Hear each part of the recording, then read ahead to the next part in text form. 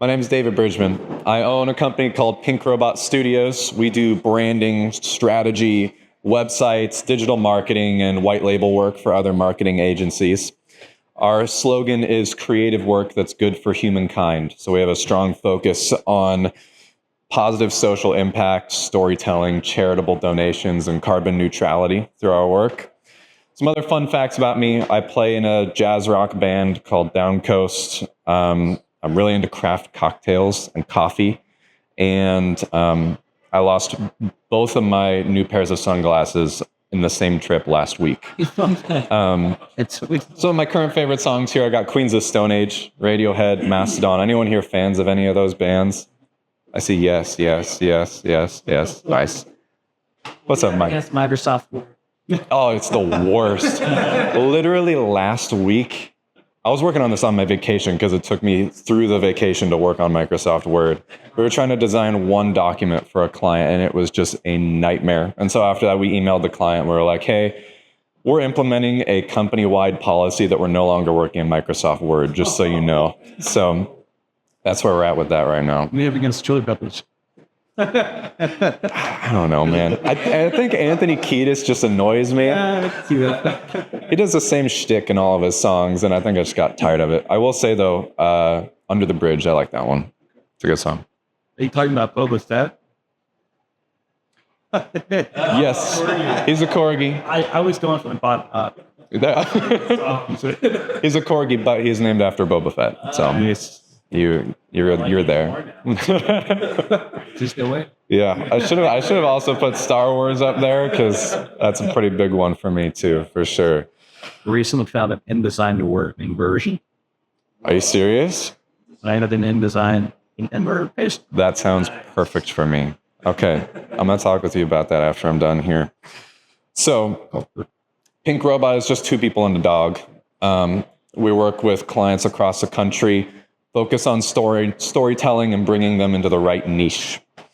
So I ran into a big problem with my work. There's not enough time in the day, and despite my best attempts, I couldn't figure out a way to add more hours in the day. So as we got busier, it started having a negative impact on our work. And to be totally candid, we were missing deadlines, we were messing stuff up, and we just weren't doing as good a job as I wanted to do. And we ultimately lost some of our clients because of that, and our business wasn't doing so well for a couple months simply because we just didn't have the time. So I decided that we needed to figure out something to do about it. So I read a bunch of business books, and as I'm sure you're all aware, most of them are kind of garbage. I hated this one, but these two were actually really, really great. So I'm taking a lot of this presentation from these two books here. Read these ones. Anyone read Atomic Habits? That's like required reading if you're over the age of 20, I think.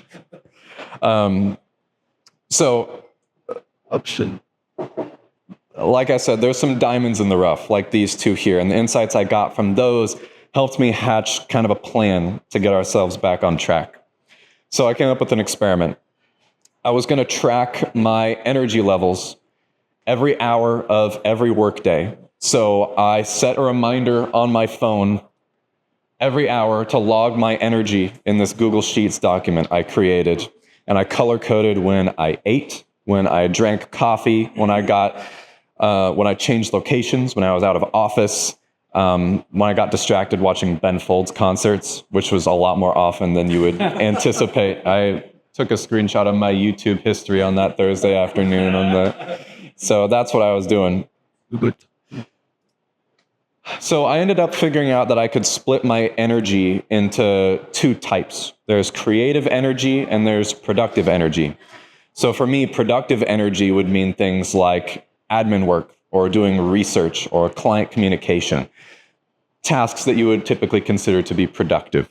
My creative energy was, when that was high, that meant I was good at things like visual design. I was feeling very creative. I could come up with takeaways from that research that I was doing.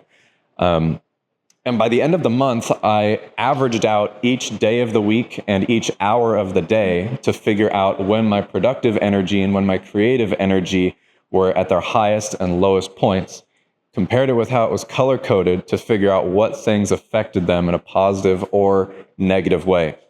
So I came away with 5 takeaways and one big golden nugget that really transformed the way I think about my work days, made them more productive, more engaging, better for my health, and more fun. So let's say we're working on a website project for ICCU's new marketing campaign. So I'm going to take you through our actual process for doing something like this, which starts with us creating our website strategy guide. I'm about to see it. So here's an example of a website strategy guide that we make. So before we start working on a website, we do all of our research and we come up with all these takeaways, which we put in this strategy guide, and we send it to the client for approval and say, hey, here's where we're thinking of taking your website. What do you think of this? So let's go through each of these things and figure out what we need to do in this 1 week where we're creating this website strategy guide. First thing we need to do is our research. So that's going to be industry analysis, competitive analysis, and company analysis. Then we're going to take that research and apply it to these 6 things, which are going to go on the website strategy guide. So we're going to do the brand heart. That's going to be our messaging, our tone, how we talk. Our inspiration. We like to take inspiration from lots of different mediums. So a lot of times that might be movie characters. For example, a recent project we did, we listed Benoit Blanc from Knives Out as inspiration, Daniel Craig's character, for how we want to talk and act on this website that we're creating. Golden nuggets would be more creative takeaways from the research. Okay, we figured out that your target audience is much more likely to be around looking at your website between 6 and 7 p.m. Why is that? What can we learn from that? Website scope. That's going to be things like, what pages is this website actually going to have? How is it going to work? What functionality is it going to have? Website wireframe is digging a little deeper into that. So it's going through each individual page and saying, here's how the sections are going to be laid out. Here's what we're going to say. Here's the storytelling throughout the page. And lastly, visual direction is going to be anything to do with how the website is actually going to look. So here's our week that we have to build this website strategy guide. And I added in 2 meetings and an errand for at least a little bit of realistic stuff in there. And by the end of this presentation, I will have filled out this week with the best possible, most productive, and highest quality work for each hour of each day in this week. So we're going to build the perfect work week. And when I ran this experiment, I found that it took me only about a total of 10 minutes per day to log this stuff each hour and color code it. But the benefits were worth far more than the 10 minutes a day I actually spent doing the thing. So, like I said, I ended up with 5 big takeaways and 1 golden nugget. But the real trick here to keep in mind is that everybody's brain is different. So you need to work with your brain, not against it, to get things done. So for each takeaway, I'll talk about what I tried and what didn't work, what I ended up doing and what did work, and its results. And we're going to use that to schedule our project throughout this week. First problem I ran into was I was always at my lowest energy levels in the morning. So that's the most immediate thing that was very apparent to me. It was that my energy levels didn't really come up to normal until like 11 a.m. So that's like 2 hours of my work day where I was just spending it basically doing nothing. The bad thing about not having a boss is that you don't have a boss to yell at you if you stay in bed too long in the morning. So I would wake up, I would check Instagram and Reddit and LinkedIn and the news and inevitably get distracted by something on there and lay in bed for 45 minutes and then get up and feel bad that I was laying in bed for 45 minutes and take those negative feelings into my work. So I tried a couple things. I tried drinking coffee right after I woke up. I tried waking up earlier. I tried waking up later. Those did not work. I was still miserable. So the solution I ended up coming up with was changing my morning routine. So I've got a new alarm system, and it's the best decision I've ever made in my life. I have a Google Home on my nightstand. It wakes me up at 8 a.m. playing KEXP, which is my favorite radio station. The music keeps me awake. 10 minutes later, my phone, which is across the room, has a second alarm that goes off. I have to get up to go turn off the alarm on my phone. So after that, I do a couple minutes of morning stretches to just get the blood flowing and wake my body up. And the results from this were my mornings, especially my productive energy, ended up being the highest in the mornings now. And everything went up by 2 to 3 points out of 10 is how I was rating this stuff. Wow. So for our project with ICCU, let's add in some time in the morning to do our preset morning routine. Now, the routine I described might not work for you, so that's part of this process, is figuring out what kind of morning routine is going to be best for you. The next problem I ran into was I kept having dips in energy if I didn't take breaks often. My days without breaks were a cycle of 2 hours of good work, 45 minutes of Ben Folds concerts, 2 hours of good work, 45 minutes of Ben Folds concerts. I tried drinking coffee throughout the day, but that just made me crash harder in the afternoons. I tried blocking YouTube, but then I just ended up going on Reddit. So that didn't work. The solution I ended up coming up with was taking 10 to 15 minute walks. For me, that really helps reset my brain and get my energy levels back up. So no matter where I am, I just walk aimlessly somewhere outside, and I don't listen to podcasts. I don't listen to music. I just breathe in the outside air and let it give me my energy back. So the results from this were I found my energy levels were consistently going up by 1, 2, 3 points when I would get back from my walks. So now what I do is I take 2 walks per day. So now for our ICCU project, I'm going to leave in some areas for us to take walks throughout our day. Next problem I ran into was I found that the longer I stayed in one location, the lower my energy levels got. So even if I was taking those breaks, if I was coming back to my home office all day, after those walks, I was still getting distracted easier when I came back. My energy levels weren't staying high after I got back. But then I realized that whenever I changed locations, like, for example, went to a coffee shop, my energy levels had a spike that lasted a couple hours after that. So the solution I ended up figuring out was I set a goal to be in 2 locations per day at minimum. So unfortunately, this one has cost me a lot of money in coffee, but it's also made me a lot more money in increased productivity and a higher quality to my work. So a normal day for me is split between 2 locations. Each day I pick out 2 places I want to be at. One of them might be my home office. It might be 2 different coffee shops. It might be Trailhead and a coffee shop. And I found that if I work anywhere other than my office at home, it's a lot easier for me to get distracted. So when I'm at home, I only work in my office. Yeah. So the results from this are my energy levels are a lot more consistent in the afternoons. When I would be dipping in energy, I give it another boost by moving to a new location, changing my surroundings. Yeah. So for our ICCU project, I'm going to put a little arrow here telling us to move somewhere else after our second walk in the early afternoon. So now that we've got the basis of our day done, the things we can't skip, the walks, the errands, and the breaks, we can start to throw in those tasks from the website strategy guide. So the next biggest problem I was running into was I was consistently having issues getting started on my more creative work. So things like that visual direction that I talked about earlier, I was having a really hard time actually getting started on that because it was much easier for me to do the smaller productive energy tasks that I could check off in my task manager and say, oh yeah, I did that. So these things would go overdue for multiple days before I would even start on it. Meanwhile, I'd be doing all these other tasks that I'm getting way ahead on.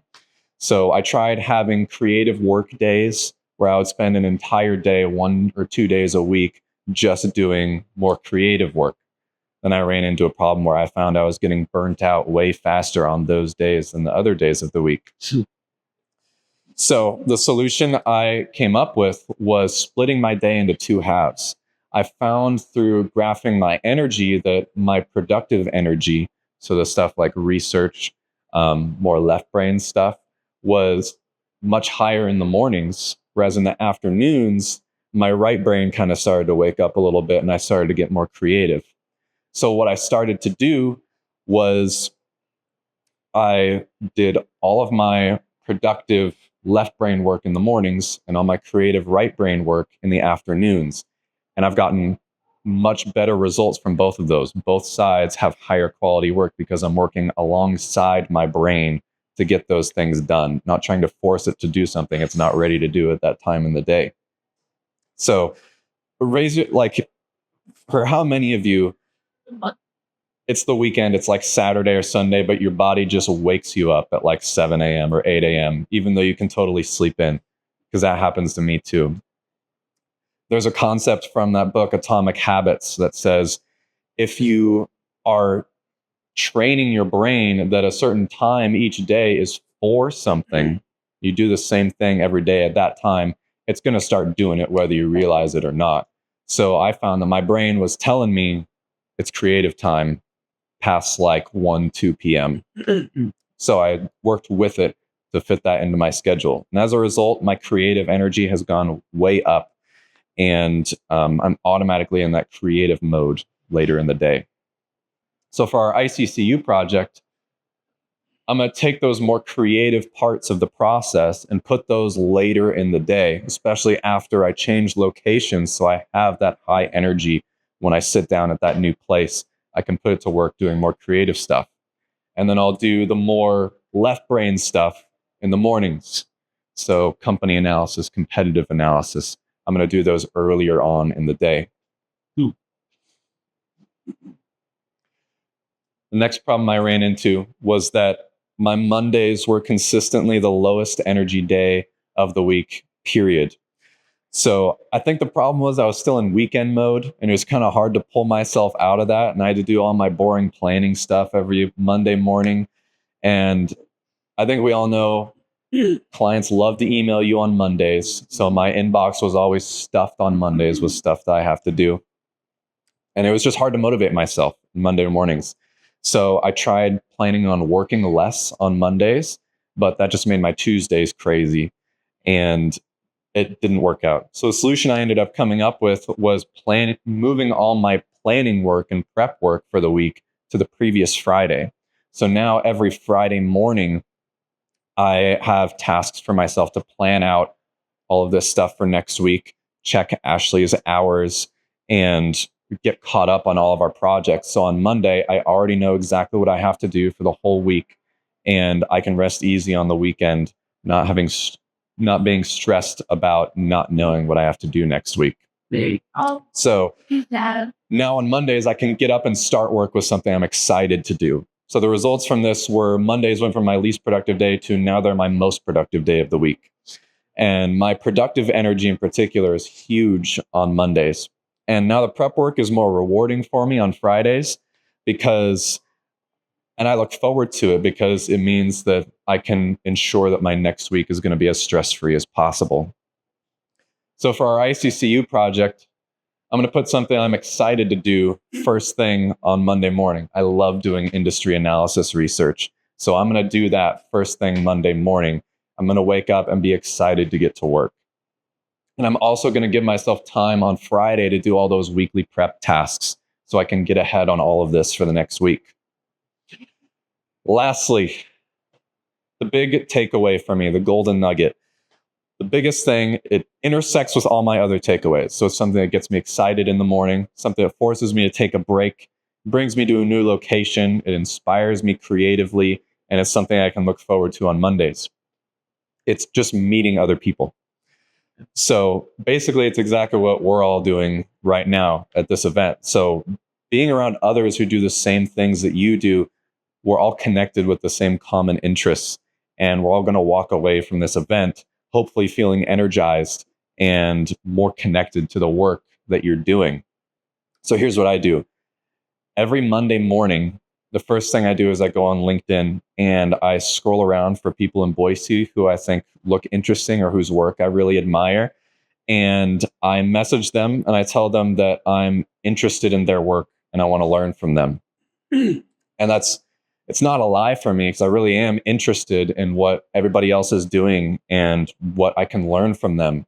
And all of you here have shown that you're interested in the exact same thing. by sitting here and letting me blab up here about the stuff that I do. So here's an example of a message that I sent to a guy named Joshua Adams. Anybody know Joshua? Paul does. Great guy. So like last week. Me too. So this was last week that I sent him this message, and we ended up meeting at Slow by Slow, which is my favorite coffee shop. Like I said, I'm a coffee snob. And we had an incredible conversation that I learned so much from. And he was really excited to be talking about it with me. At the end of our conversation, he told me, nobody ever asked me about this stuff, so I'm sorry if I like talked too long. I was like, no, dude, that's why I wanted to talk with you. I want to learn this stuff. So the secret here is that everybody's favorite topic is themselves. It's just part of human nature. So if you message somebody and tell them that you want to hear about what they're doing, not tell them about what you're doing, you will be shocked at the amount of people who will say yes and show up to the meeting excited to meet you and get to know you better. So these meetings also have the side effect of getting your name around town, which we can all benefit from, whether you're a business owner or you work for another company or a marketing agency or you're looking for a job. Having your name around town is objectively a good thing to have. So for our ICCU project, I'm going to say I want to meet with Aaron Day here on Monday and talk about his success with White Whale Web and how you manage research with your team, how you get started on research projects. So then I can take those insights into Tuesday and Wednesday when I'm doing my competitive analysis and company analysis, feel inspired when I start doing those things, and maybe bring in some new ideas from what Aaron has to say. So this is our final week that we've planned out for creating our website strategy guide for ICCU. And wouldn't you know it, we've got time to watch Ben Folds concerts on Wednesday afternoon.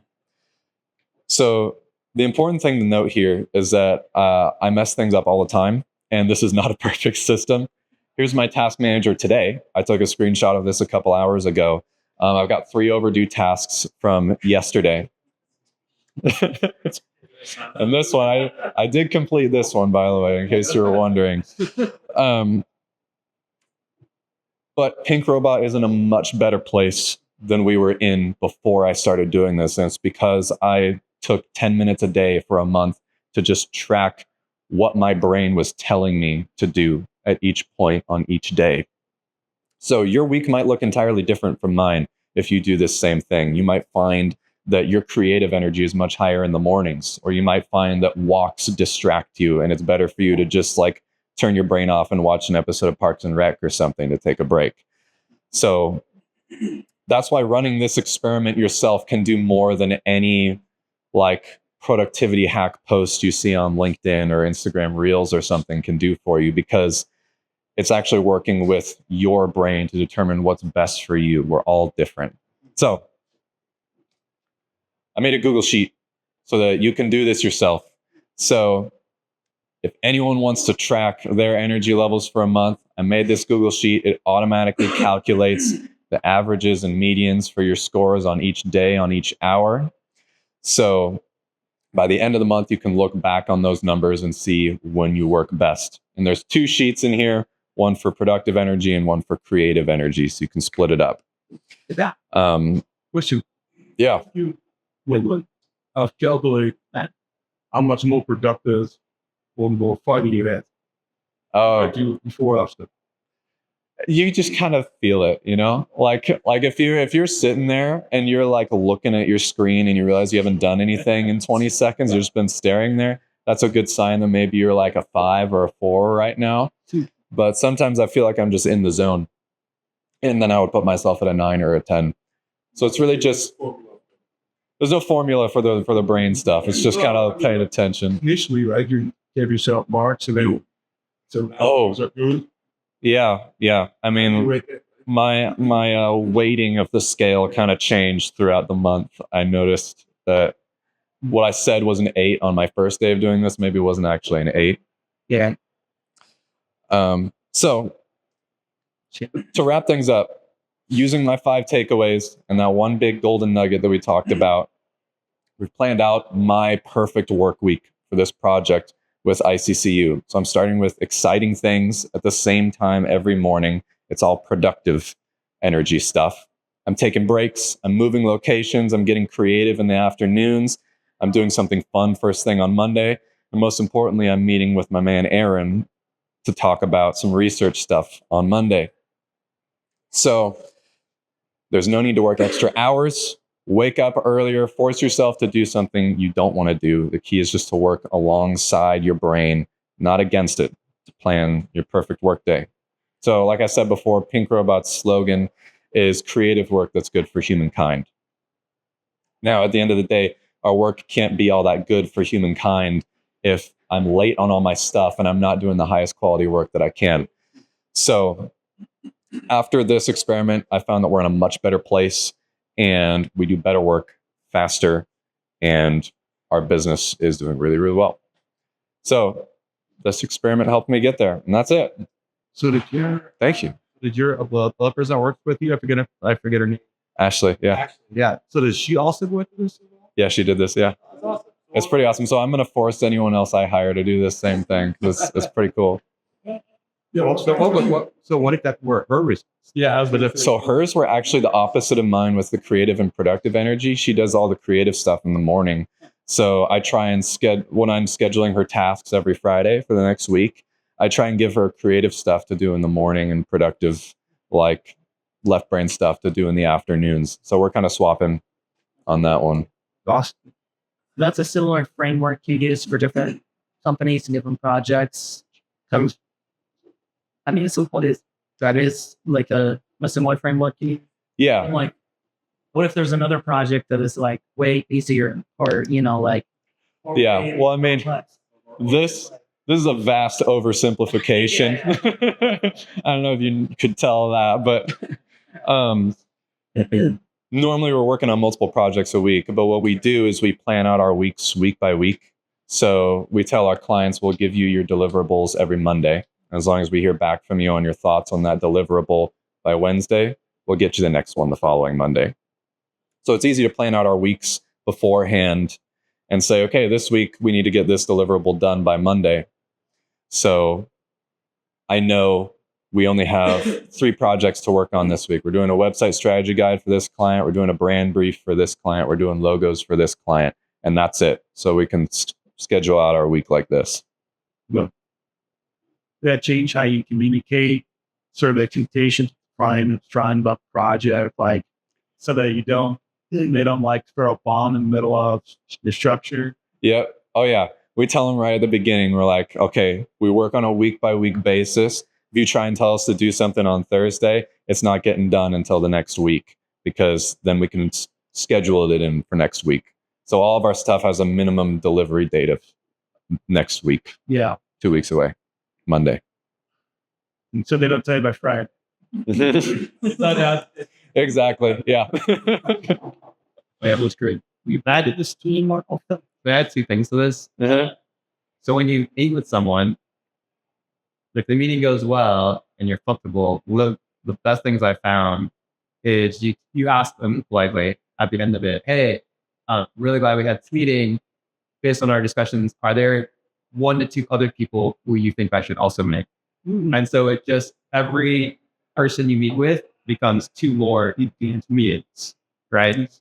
Like that's been extremely helpful in my career in being able to get clients that way. That's really cool. I should start doing every that. meeting becomes 2 more meetings, essentially, is how you think about it. And don't be afraid to ask, because if it's a good meeting, generally people will think, it may be a few weeks till they get back to you, but usually like you at least get 1 meeting out of it. And then the other thing, this whole like managing your inner child, I actually had an employer that trained me on this Oh, really? years ago. Oh, but I'll have to look, because it was like a handout, and I think I have the handout somewhere, but it was all based on a book. And so I'll try to find the book. Okay. Yeah, I want to read that book. Happily share it with the group. That's cool. That's cool. Yeah. Is there like some of those 3 books from 3 books that Yeah, the 2. what do you use most? Atomic Habits. Yeah, Atomic Habits for sure. That book is all about working with your brain And it's what gave me the idea to do the energy level tracking thing. The book doesn't really talk about tracking energy levels, but it talks a lot about like just working with your brain's natural chemistry about what it wants to do. Yeah. So I took a lot from that. Awesome book. Yeah. And you lived for 2 months, right? Check it. 1 month I did this. But I was thinking about redoing it because it's been a while. Maybe things have changed. Maybe it's like a yearly thing you got to do. I don't know. Totally. Probably. Like if life changes happen, maybe You might want to do it again. Yeah. Yeah. And what was the other book? Buy Back Your Time. That book is awesome. That's a good one. Then has anyone read Start With Why? Simon Sinek. What did you all think of that book? It was good, but I don't know. He's kind of got his own shtick. Yeah. Like always. Yeah. I felt like the first 20 pages were great. And then he kept saying the same thing over and over for the next 200. Yeah, but Yeah, just reinforce them. Yeah. Like I'll just watch your TED Talk, dude. When we spiral along, it didn't really feel earth shattering. Yeah. I mean, that's the way it's always been. I agree. Racking out to as well. Even. So how did it end? Did it end with what? Something that's nobody went to the. I think it's another why. Like, why did I read this whole thing? So it ended with why. That's good. All right. Well, there we go. Thanks, everybody. Thank you. Appreciate it. Thank you.